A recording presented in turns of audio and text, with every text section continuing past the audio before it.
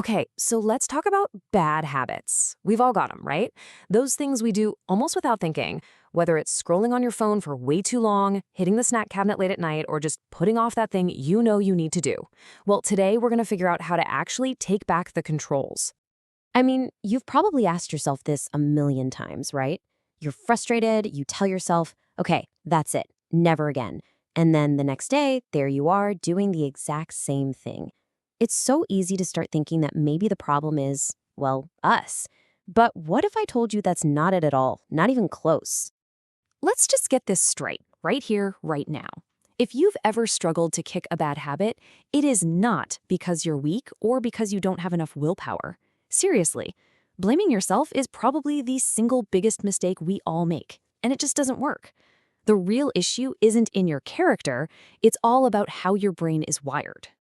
So, to actually fix this, we have to understand what's really going on under the hood. See, our brains are wired for efficiency. They love shortcuts. And for anything you do over and over again, your brain creates a powerful, automatic shortcut. We call this the habit loop.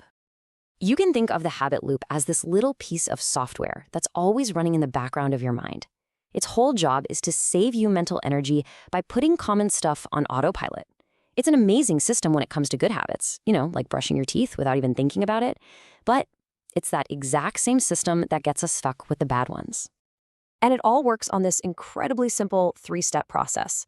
First, something happens. That's the trigger. It could be a feeling, like stress.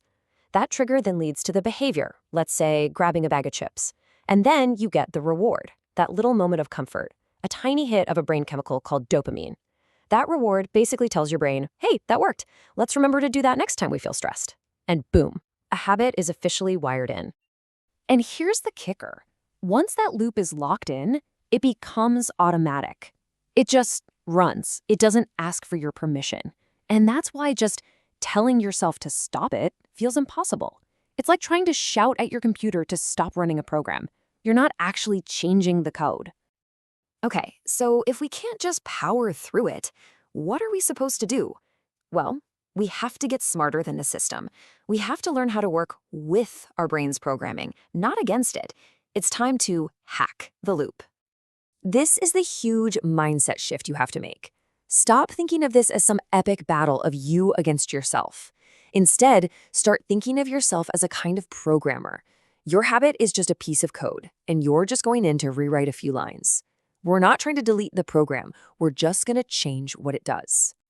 And this is how we're going to do it. This is our framework. You'll notice it looks a lot like the habit loop itself, but this time you're the one in the driver's seat.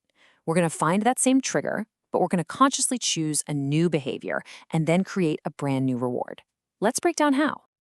First things first, you have to become a detective. You got to figure out what's launching this whole process. When does the bad habit actually show up? Is it when you feel bored, anxious, stressed? Does it happen when you walk into a specific room, like the kitchen? Or is it always around, say, 3 in the afternoon?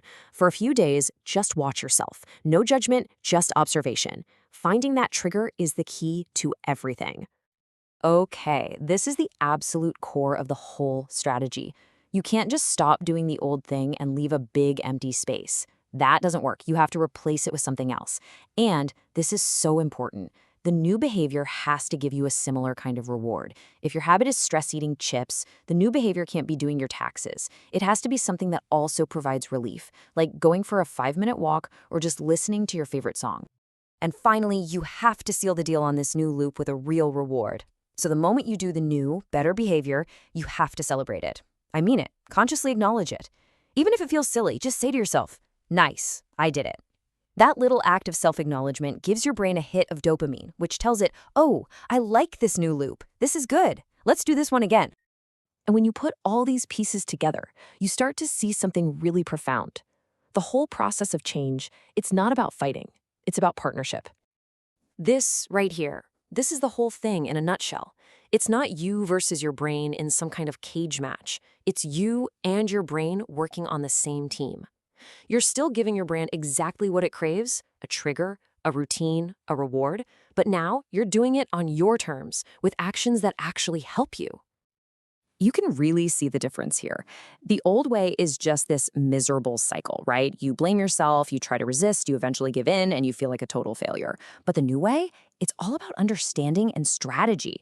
You see how the system works, you figure out how to reroute it, and suddenly you start to feel like you're the one in control again. So let's bring this all home. What's the plan? Here's exactly what you can do starting like right now. This is your roadmap. First, accept that your habits are not a moral issue. They're just a system. Your job is to be the architect of a better system. So find your trigger, swap in a better behavior, and then really celebrate that win to rebuild the reward loop. And most importantly, remember to cooperate with your brain, not fight it. Now look, this isn't going to be magic. It won't happen overnight. Your brain spent months, maybe years, carving out that old pathway. But every single time you complete your new loop, you're strengthening a new connection. And with a little bit of time and consistency, that old habit just fades away. It loses its power because it's no longer relevant. So, I want to leave you with this question, and I want you to really think about it. Don't try to fix 10 habits at once. Just pick one. What is the very first trigger, the first behavior, and the first reward that you are going to redesign? You have the tools, the process can start right now.